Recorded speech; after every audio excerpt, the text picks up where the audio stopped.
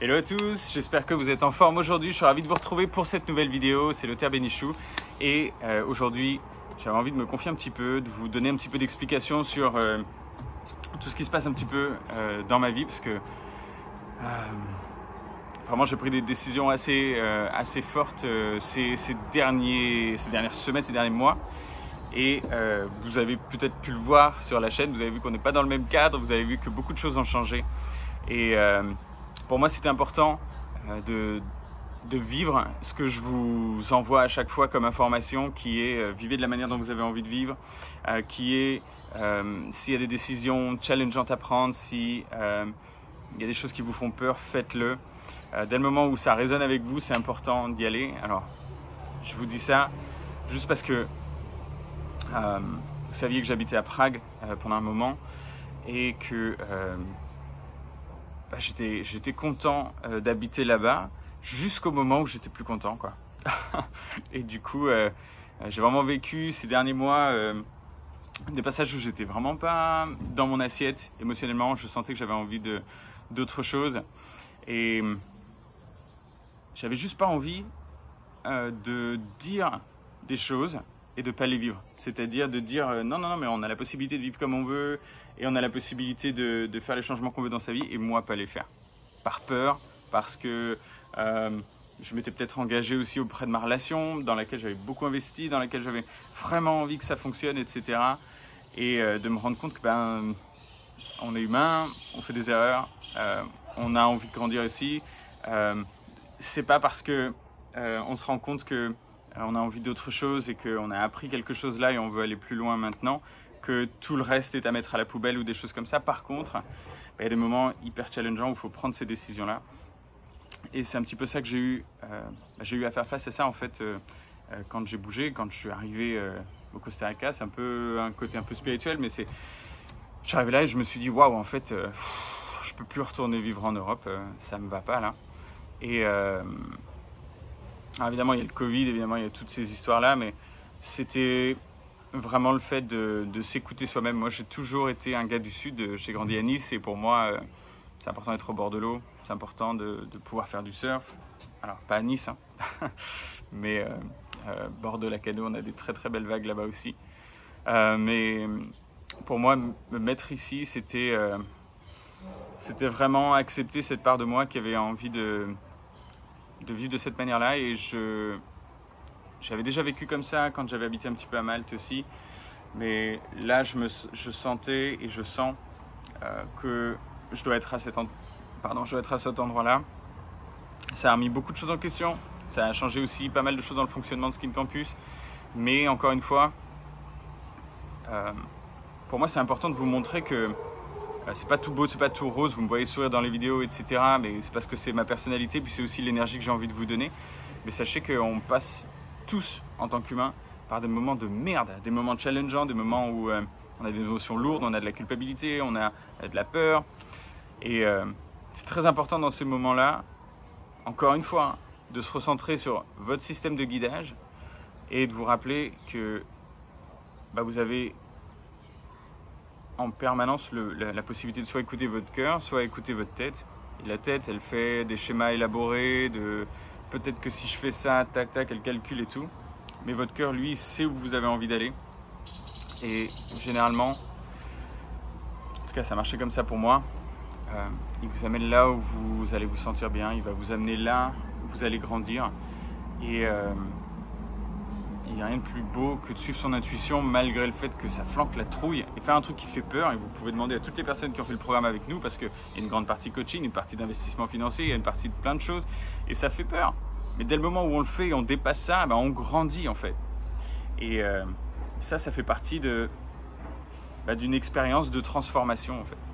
Et on peut le vivre à différents niveaux. Et là, je sens que je suis en train de passer par ça, moi. Et du coup, j'avais envie de vous le partager pour vous dire que ça ne s'arrête pas, d'accord? C'est pas parce que vous vous débarrassez de votre acné, c'est pas parce que vous trouvez une personne avec qui vous êtes bien en couple ou quelque chose comme ça que ça y est, la vie s'arrête et que vous êtes arrivé, etc. Non. On est toujours en train de passer par des moments magnifiques à des moments très chauds à d'autres. Et quelque chose en tout cas, qui me caractérise moi, c'est le fait d'être loyal vis-à-vis de mes émotions, vis-à-vis de de mon système d'intuition à moi qui me permet d'avancer et qui m'a permis de découvrir ces choses-là sur la peau, de découvrir ces choses-là sur le corps, de faire pharmacie alors qu'on m'a toujours dit que j'étais un très mauvais élève. J'en parlais avec un de mes amis hier soir justement parce que lui, donc, il habite au Costa Rica et il a construit énormément de maisons ici, etc. Et c'est un Suisse et du coup, quand il avait 16 ans, ils lui ont fait faire un test. Alors je trouvais ça incroyable. Hein. Ils lui ont fait faire un test avec des écrous et des vis. Et lui, ça lui plaisait, donc il a vraiment pris son temps et tout. En fait, le calculateur et l'évaluateur était avec un chronomètre et lui a montré, lui a dit voilà, t'as 20 secondes ou 30 secondes. Et il a fait moins il a vissé moins de vis avec un écrou que la moyenne ou que d'autres personnes qui sont un petit peu plus manuelles, etc. Donc ils lui ont dit oh non, toi t'es pas du tout manuel, tu t'en sortiras pas, va plutôt faire avocat ou un truc comme ça. Alors que lui détestait faire des études, détestait l'école déjà. Donc vous laissez pas aussi mettre des étiquettes parce que de toute façon c'est des grosses conneries, d'accord. Là vous voyez ce gars-là, il a fait ça toute sa vie. Moi ça m'a rappelé que quand je travaillais au CNRS, il y avait un mec, un gars du jour au lendemain qui arrive comme ça dans le labo. Alors un mec qui avait probablement travaillé dans ce labo-là avant. Moi je travaillais dans un laboratoire sur les bactéries multirésistantes, notamment sur l'acinetobactère. C'est toute une grande famille de bactéries qui posaient beaucoup de problèmes en Inde parce qu'elles résistaient à tous les antibiotiques classiques en fait. Hein. Et quand les gens chopaient ces maladies-là, on les mettait dans des chambres, on leur disait dites au revoir à votre famille, on ne peut pas vous laisser contaminer d'autres gens. C'est vraiment affreux cette situation. Mais bref, on travaillait sur ces bactéries-là. Et ce mec-là arrive pour une question qui n'a rien à voir. Il reste 2 jours dans le labo et il m'a vu poser des questions. À l'époque, je travaillais avec une super équipe d'ailleurs.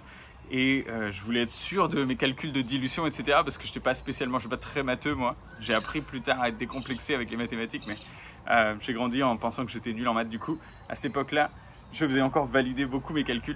Et devant tout le monde, devant tout le labo, il se lève et il dit à tout le monde, il dit Lothaire, toi, il faudra que tu fasses un métier où tu as 0 responsabilité. Hein. Vraiment, hein. Le mec, il connaissait ni d'Adam, ni d'Ève. Il te met une grosse étiquette dessus, comme ça. Et ensuite, vous vous rendez bien compte que c'est que des conneries, d'accord. Sur le coup, je crois que j'avais été choqué. Mais encore une fois, dans ces moments-là, quand les gens me mettent des étiquettes dessus, généralement, déjà gamin, hein, j'étais comme ça, je l'acceptais qu'à moitié. Je me disais, ok, bon, c'est son opinion. C'était pas bon pour mon ego et pour mon amour propre. Mais je voyais ce qu'il voulait dire aussi. Et je prenais peut-être l'information, même si j'avais peut-être pas la maturité que j'ai maintenant pour me dire, ok, peut-être que ce qu'il veut dire, c'est qu'il faut que je prenne confiance en moi sur ça.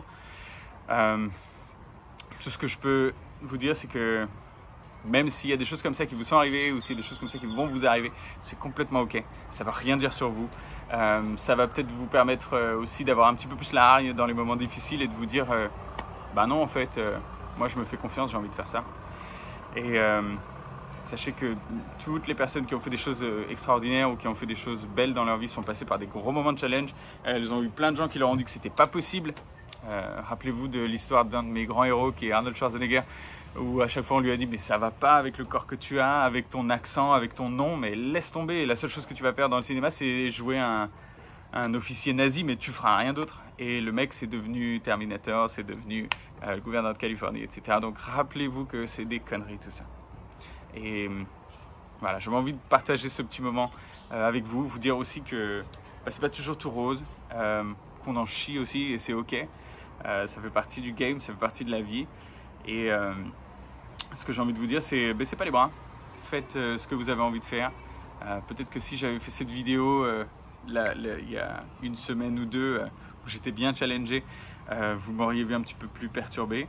Mais je sentais que j'avais besoin de prendre plus de temps pour moi, donc je l'ai fait. Et ça aussi pareil, prendre du temps pour vous, apprenez à le faire sans culpabiliser, c'est important de prendre soin de vous. Puisque si vous prenez soin de vous, vous pourrez prendre soin des autres et vous ne pouvez pas faire l'inverse en fait. Vous ne pouvez pas prendre soin des autres sans prendre soin de vous parce que le niveau auquel vous prenez soin de vous, c'est le niveau auquel vous pouvez apporter de la valeur et du soutien sur les autres.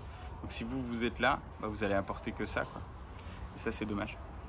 Donc ça peut vous aider à vous décomplexer, vous dire ouais mais j'ai envie en fait de me faire du bien, de me sentir aligné avec la personne que je suis, la personne que je deviens.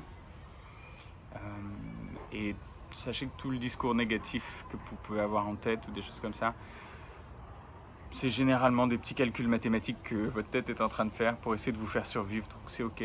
Rappelez-vous de descendre votre attention ici et de vous rappeler que vous êtes spécial et que vous avez quelque chose de beau à faire ici. Il suffit juste de le faire et vous serez bien. Voilà. J'avais envie de vous transmettre ça. Prenez bien soin de vous. Je vous envoie plein d'amour, plein de soutien. Puis on se retrouve avec grand plaisir dans la prochaine vidéo. Ciao, ciao. N'hésitez pas aussi à mettre des questions ou quelque chose qui vous vient dans les commentaires. Moi, ça me fait toujours plaisir de vous voir, que ce soit des gens qu'on a accompagnés ou des gens comme vous qui sont en train de regarder cette vidéo. Ça m'étonnerait que vous tombiez directement sur cette vidéo-là. Vous avez peut-être vu ma tronche sur d'autres vidéos, mais si c'est le cas, bienvenue sur cette chaîne et ça me fait immensément plaisir d'avoir passé même ce petit moment avec vous. À très bientôt et prenez bien soin de vous. Ciao, ciao.